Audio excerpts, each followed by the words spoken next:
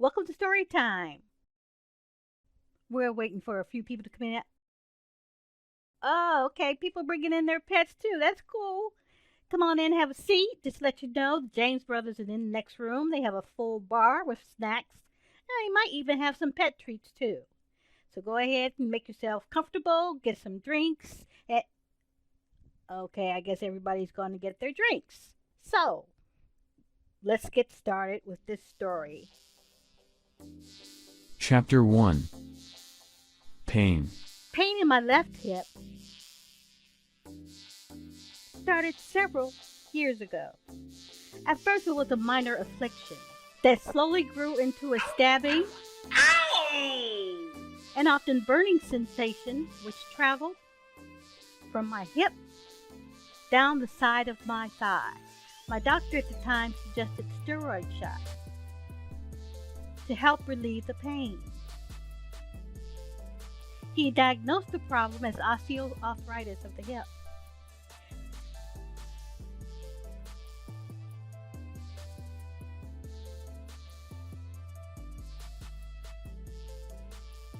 But he said I may have to return for recurring shots in the future. My tolerance for pain is extremely high. I tend to ignore it until it gets really bad. Not necessarily on purpose, but I grew up witnessing an ethical code where nothing gets in the way of duty. A practice I would not recommend when it comes to anyone's health.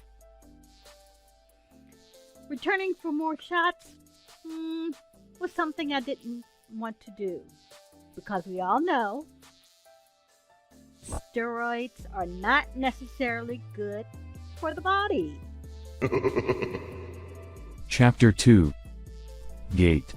As I grew older, the pain worsened. The ordeal became a tug of war between the physical and the mind. Although my doctor prescribed this pain reliever, that pain reliever, that pain reliever, I really didn't want to take them after reading about the side effects. After years of struggling, the pain started to affect my ability to walk. I started to limp. As my situation worsened, I partnered with a variety of assistive devices. I even bought a second-hand mobility scooter, which I rarely used. I was determined to use my legs, even though the pressure on my joints from walking made it worse. Simple tasks such as grocery shopping initiated the burning sensation in my left thigh.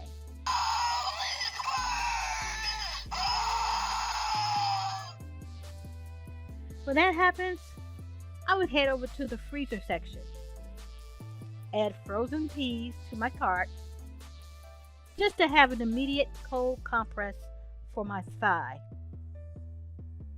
The difficulty of walking with pain in one hip started to affect the other hip. Soon the pain spread to my groin and both thighs. It was difficult to find comfort. Sitting caused stiffness. I could not stand without some support. Lying down caused pressure pain. Rotating positions throughout the day and taking pain meds brought only temporary relief. After speaking with my doctor about my declining condition, I was referred to an orthopedic doctor. Chapter 3. PA Poinlus. Little did I know, my orthopedic exploration would take me through the offices of 3 different doctors before I found the right one. The first recommendation took me to an orthopedic office where I had an appointment with the doctor's assistant, PA Poinlus. She sourced a location for x-rays and MRI scans of both hips. After the assistant evaluated the results, she explained the pain was caused by some type of tear and bone deterioration. However, I do not remember the exact prognosis. PA Poinlus said I was too young to be a candidate for hip surgery. And I thought to myself, I'm in my late 50s. She continued to explain that I needed medical procedures that they could not provide, as they did not offer injections at this office. So I was referred to another orthopedic office. My one thought as I left that office, baloney. That was pointless. Chapter 4. Dr. Akwareheum. The next office was a familiar place. I had been to the office before for a different issue. I was confident I would find my doctor among these good physicians. As I waited on the exam table to see my doctor, I had high hopes of getting my pain in control. Then the door opened, and in stepped my new doctor, who introduced himself as Dr. Akwareheum. The very first thing I noticed was his extremely tight pants. I couldn't help from seeing a whale, or perhaps it was a dolphin, along with a couple of other sea life. On top of that, both of his shoes were completely untied. I said to myself, is this a prank? He had me take another x-ray. And after looking at my previous MRI scan, he came to the conclusion that I needed physical therapy before attempting any other treatment. Once I completed the requested sessions, he wanted to reevaluate my situation. For pain, he prescribed medication. So as I attempted to get off the very tall exam table, the doc headed for the door, then turned back and giggled. "Don't fall off the table." I said, "Thanks for your help, Doc." I left that office dissatisfied with the experience, but decided to give his recommendation a chance. So I went to my first physical therapy appointment, but decided it wasn't a source for healing. I knew my pain that draped my body wasn't due to stiff muscles.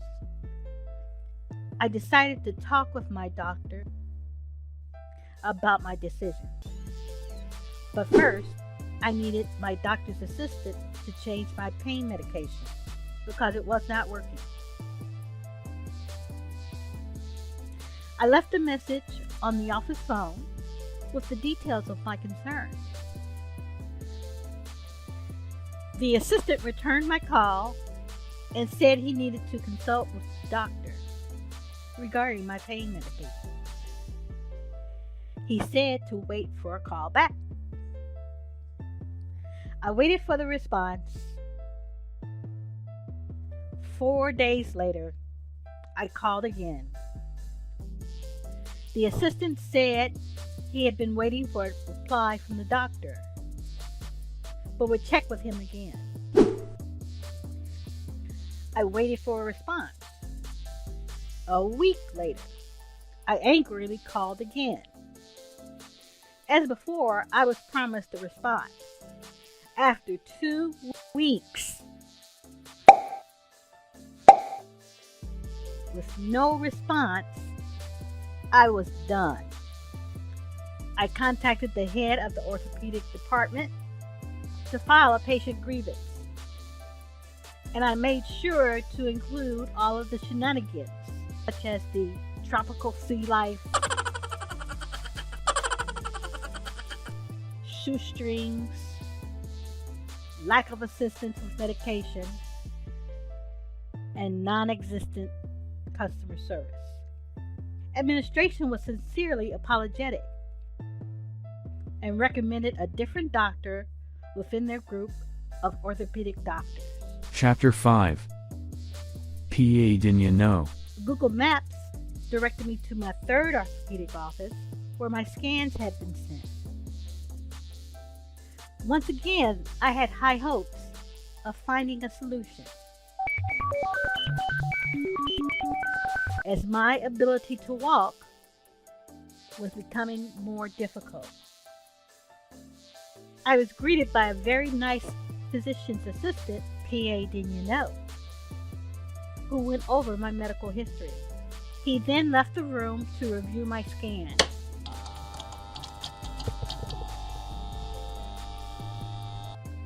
A few minutes later, he returned smiling. "So it looks like you're going to have surgery." I couldn't even hide the response on my face. Seeing my expression, he said, "Didn't you know?" I said, "No." I told him my last doctor didn't mention surgery, and in fact, scheduled me for physical therapy. He frowned and looked at me in disbelief. "No, not with those hips. You have serious bone deterioration and bone spurs. Your only option is surgery, especially for your left hip. Bye." Aww. I thought about Dr. Akwareheum, remembering his giggle as he left the exam room. In my mind, I quickly ran over a revengeful daydream. "Hey, Doc, stupid!" Having confidence in PA Denyano's prognosis, he said the surgery schedule would call me. I waited for the surgery scheduler to call. And then The world changed. all elective surgeries, such as hip replacement, were canceled. And that blocked all of my hopes for permanent relief. Over the next several months, my condition would deteriorate even more.